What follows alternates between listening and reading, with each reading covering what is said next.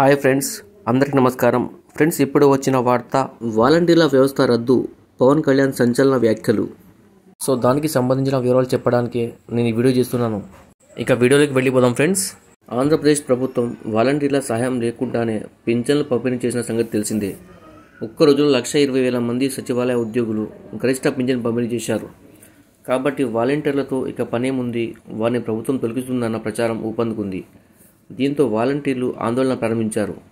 వారిని తొలగిస్తారా అని ఆందోళన చెందుతున్నారు. అయితే వాలంటీర్లను తొలగిస్తామని ప్రభుత్వం ఎక్కడ చెప్పలేదు. దీంతో పాటు నిన్న CM Chandrababu, deputy CM Pawan Kalyan దీనిపై కీలక ప్రకటనలు చేశారు. సంకీర్ణ ప్రభుత్వం అధికారంలోకి రాగానే వాలంటీర్లను తొలగించేది లేదని సీఎం చంద్రబాబు స్పష్టం చేశారు. నిన్న మరోసారి మంగళగిరిలో ఈ విషయం చెప్పారు. వాలంటీర్లు లేకుండా పింఛన్ పంపిణీ చేస్తున్నారని, గత వైసీపీ ప్రభుత్వం వాలంటీర్లు లేకుండా ఎలా పింఛన్ పంపిణీ చేస్తారని చెప్పింది. ఏప్రిల్లో పింఛన్ సరిగా అందగా ఎండల్లో వృద్ధులు కార్యాలయాల చుట్టూ తిరిగి చాలామంది చనిపోయారన్నారు. అందుకే వాలంటీర్లు లేకపోయినా పింఛన్ పంపిణీ చేయవచ్చని నిరూపించేందుకు ఒక్క రోజులో పింఛన్ పంపిణీకి శ్రీకారం చుట్టినట్లు చంద్రబాబు తెలిపారు. ఈ క్రమంలో ఆయన ఆసక్తికర వ్యాఖ్యలు చేశారు. అవసరమైతే వాలంటీర్ల సాయం తీసుకోవాలని సచివాలయ ఉద్యోగులకు చెప్పినట్లు చంద్రబాబు తెలిపారు. వాలంటీర్లను తొలగించాలనే ఉద్దేశం ఉంటే వారి సహాయం తీసుకోమని చెప్పేవారు కాదు.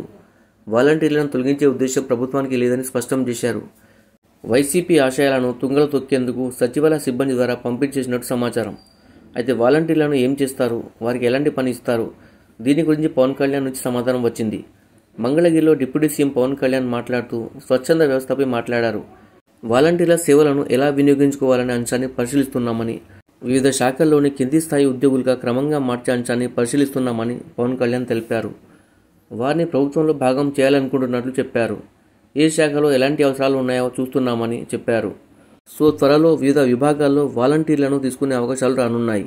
తద్వారా వారిని ప్రభుత్వ ఉద్యోగులుగా చేయాలనే ఆలోచనలో ప్రభుత్వం ఉన్నట్లు తెలుస్తుంది. ఫ్రెండ్స్, వీడియో నచ్చితే వీడియోకి లైక్ ఇచ్చి నన్ను సపోర్ట్ చేయండి. అలాగే నా ఛానల్ సబ్స్క్రైబ్ చేసి ఫాలో అవ్వండి. ఫ్రెండ్స్, చాలామంది ఛానల్ సబ్స్క్రైబ్ చేసుకోకుండానే వీడియో చూస్తున్నారు. దయచేసి సబ్స్క్రైబ్ చేయండి. మీరు సబ్స్క్రైబ్ చేయడం వల్ల నేను చేసే ప్రతి వీడియో లేటెస్ట్ అప్డేట్ మీకు ముందుగానే నోటిఫికేషన్ వస్తుంది. Thanks for watching.